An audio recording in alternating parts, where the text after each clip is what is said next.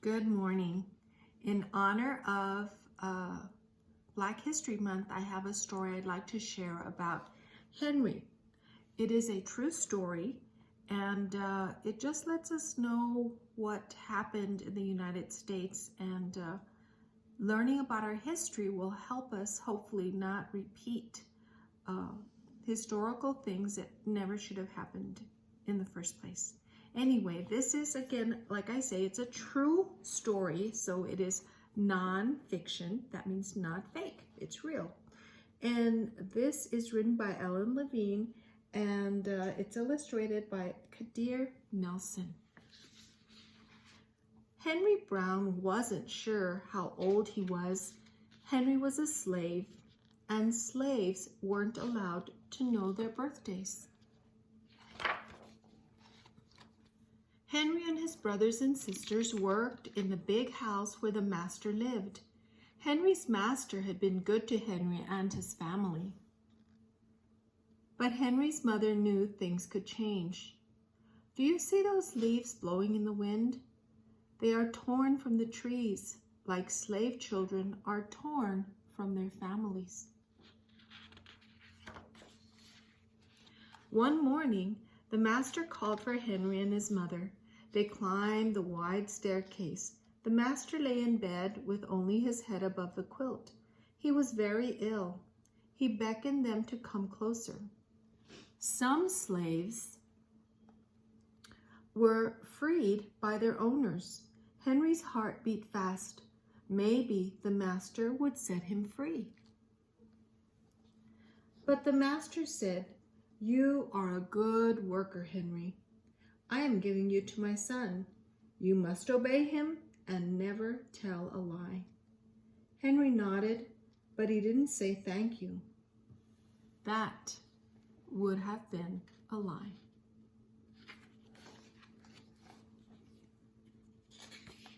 Later that day, Henry watched a bird soar high above the trees. Free bird, happy bird, Henry thought. Henry said goodbye to his family. He looked across the field. The leaves swirled in the wind. Henry worked in his new master's factory. He was good at his job. "Do not tear that tobacco leaf," the boss yelled at the new boy. He poked the boy with a stick.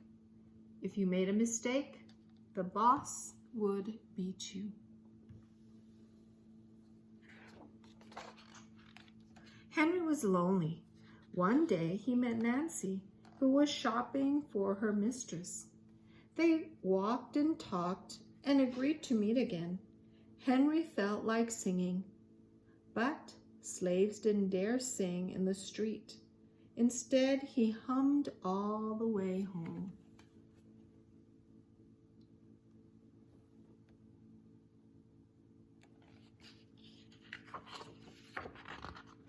Months later, Henry asked Nancy to be his wife. When both their masters agreed, Henry and Nancy were married. Soon there was a little baby, then another and another. Henry knew they were very lucky. They lived together even though they had different masters. But Nancy was worried. Her master had lost a great deal of money. "I'm afraid he will sell our children." Henry sat very still.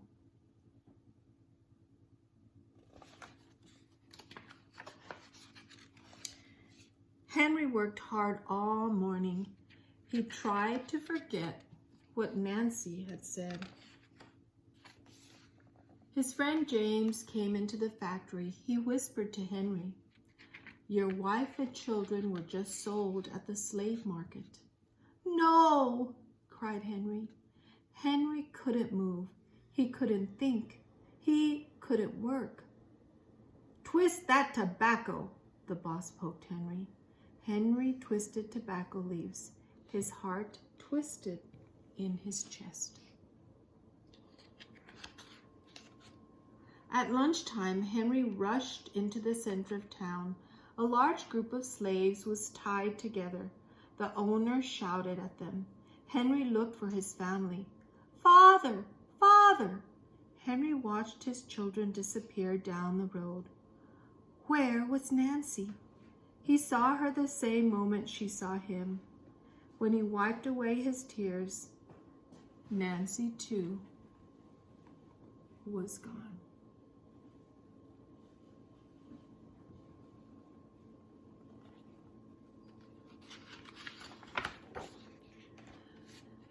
Henry no longer sang. He couldn't hum. He went to work, and at night he ate supper and went to bed.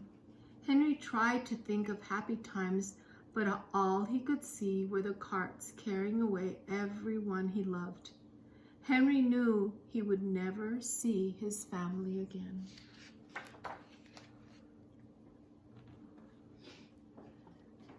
Many weeks passed. One morning, Henry heard singing. A little bird flew out of the tree into the open sky, and Henry thought about being free. But how? As he lifted a crate, he knew the answer. He asked James and Dr. Smith to help him. Dr. Smith was a white man who thought slavery was wrong. They met early the next day at an empty warehouse. Henry arrived with a box. "I will mail myself to a place where there are no slaves," he said. James stared at the box, then at Henry.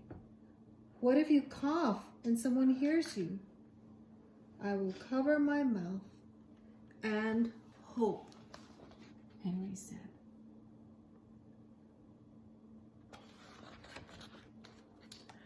Dr. Smith wrote on the box, "To William H. Johnson, Ark Street, Philadelphia, Pennsylvania." Henry would be delivered to a friend in Philadelphia. Then he printed on the crate in big letters, "This side up, with care." Henry needed an excuse to stay home, or the work boss would think he had run off. James pointed to Henry's sore finger, but Henry knew it wasn't bad enough. He opened a bottle of oil of vitriol. "No!" cried James. Henry poured it on his hand. It burned his skin to the bone. Now the boss would have to let him stay home.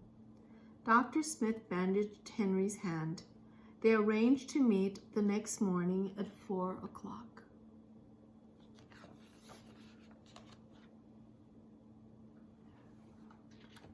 The sun was not yet up when Henry climbed into the box. "Ready?" he said.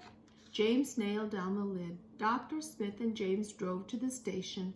The railway clerk tipped the box over and nailed a paper to the bottom. Dr. Smith begged the clerks to be careful, but they didn't listen. They threw the box into the baggage cart.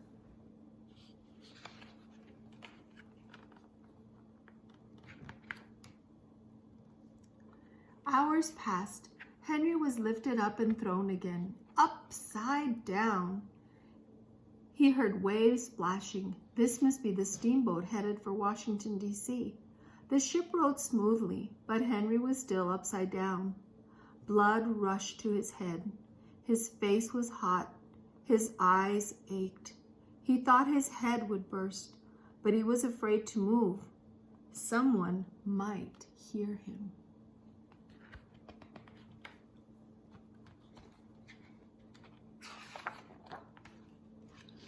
"I'm tired of standing," someone said. "Why don't we move that box and sit on it?" said another. Henry held his breath. Could they be talking about his box? Henry was pushed. The box scraped the deck. Now he was on his right side, now on his left, and suddenly right side up.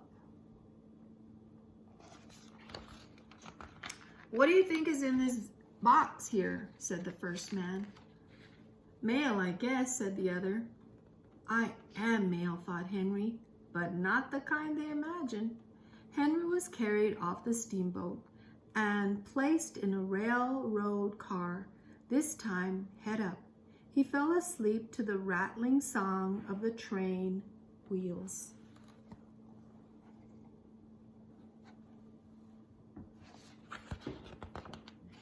He awoke to loud knocking. "Henry, are you all right in there?" "All right," he answered. The cover was pried open. Henry stretched and stood up.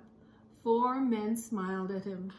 "Welcome to Philadelphia."